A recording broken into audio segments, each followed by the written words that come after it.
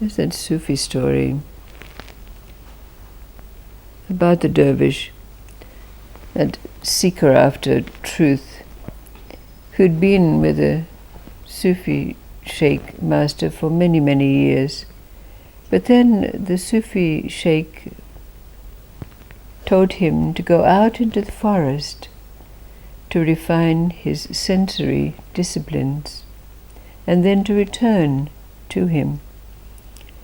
So the dervish went out into the forest and sat under a tree, and after some time he was able to master his senses so that no sounds disturbed him.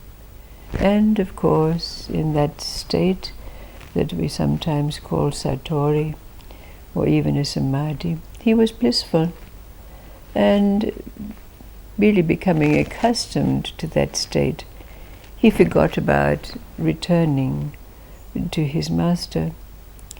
But then one day, a bird in the branches above his head made a very strident call which pierced his state of being. And he looked up, peeved, in fact angry, that this creature would disturb his state. And in that instant, the bird dropped at his feet, dead.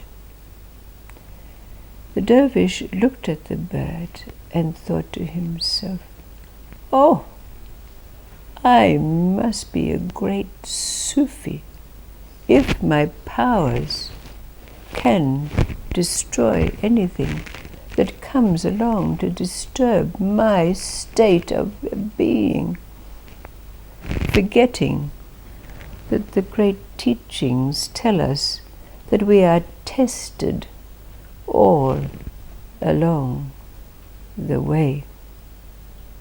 So the dervish arose from his contemplations and he went off down the road, thinking that this was time for him to go out into the world to show those powers. So in the distance, and because the day was waning, he saw a very elegant house. So he went up to that house and knocked on the door, and an old woman answered the door. And the dervish, pumping himself up, said, "Woman, give food to one who is amongst the elect."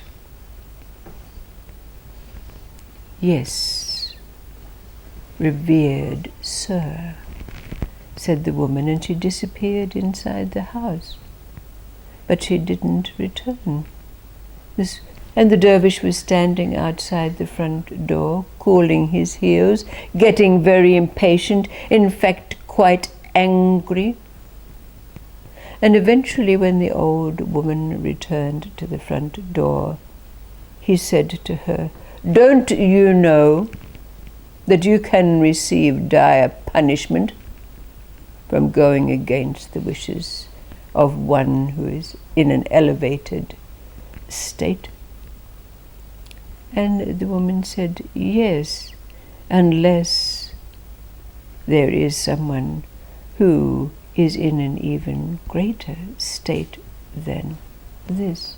"What do you mean? What do you mean?" said the dervish. And she said, "Well, I'm not a bird in a tree." And the dervish suddenly realized that not only was his anger not touching her, but she could read his mind. So he said to her, "Oh, please, please, please, will you become my teacher?" And she said, "If you cannot be obedient to your own teacher, then how are you going to be obedient to me? I learned from my teacher. My master told me to come to him when he called, but in the meantime to follow my duty whatever I perceived that to be. And I have not heard from my master for many years, but in fulfilling my duty, powers that you have seen and many more have come unbidden. Return to your master. So the dervish went off to his master, and his master, hardly taking any notice of him and not wanting to have any explanations of any kind, instructed him immediately to go to a certain city where he would find a scavenger, a street sweeper, and instructed him to become the servant of that scavenger. Now, by this time, our dervish had learned a little obedience, so he went off to the designated city.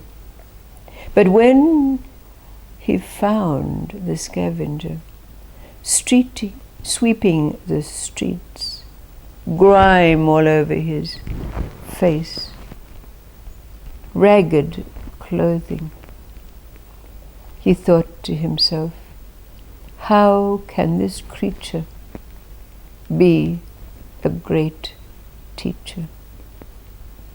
And with that, the scavenger looked up from his sweeping and called out to the dervish, calling him by name, Lajawade, what bird have you killed today? Lajawade, what woman has read your mind? And of course the dervish realized that this indeed was a man of great abilities.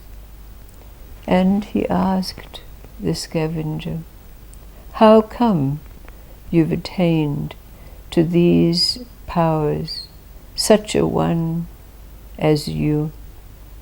And the scavenger said, there are many of us, and there are many powers.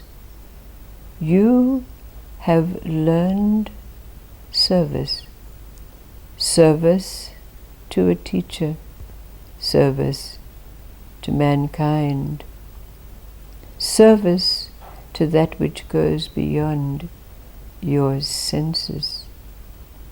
But you are a fool.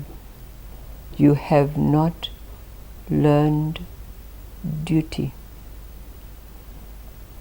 Lajawade became a servant of the street sweeper, and in due course of time he became one of the great Sufi teachers of the age.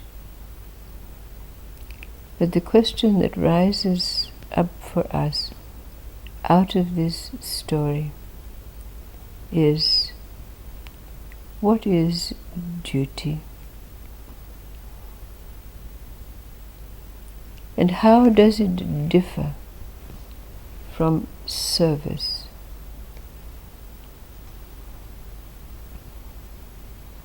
Duty, service. What is the real meaning of duty?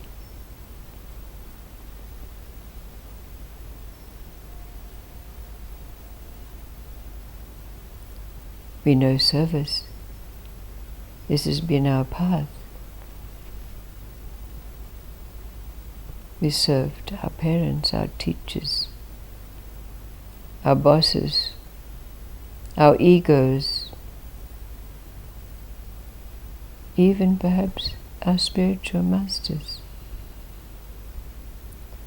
So we know well the meaning of service.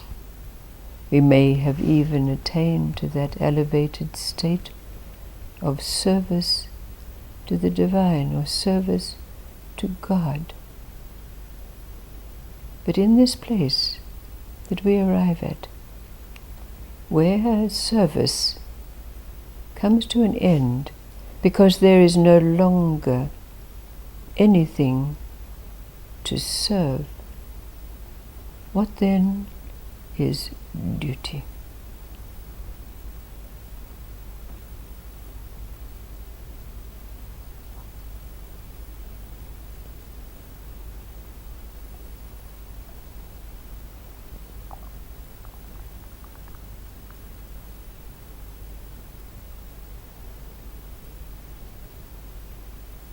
Having integrity and truth when something arises in the moment. All right.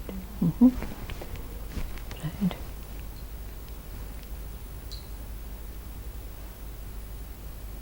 It's very different from service, isn't it?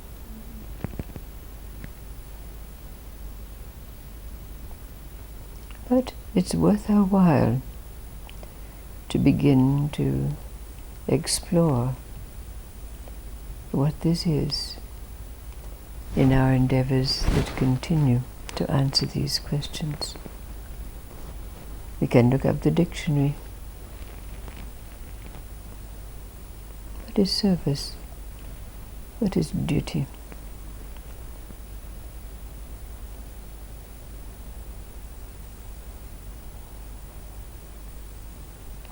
And there'll certainly be more on this as the days go by.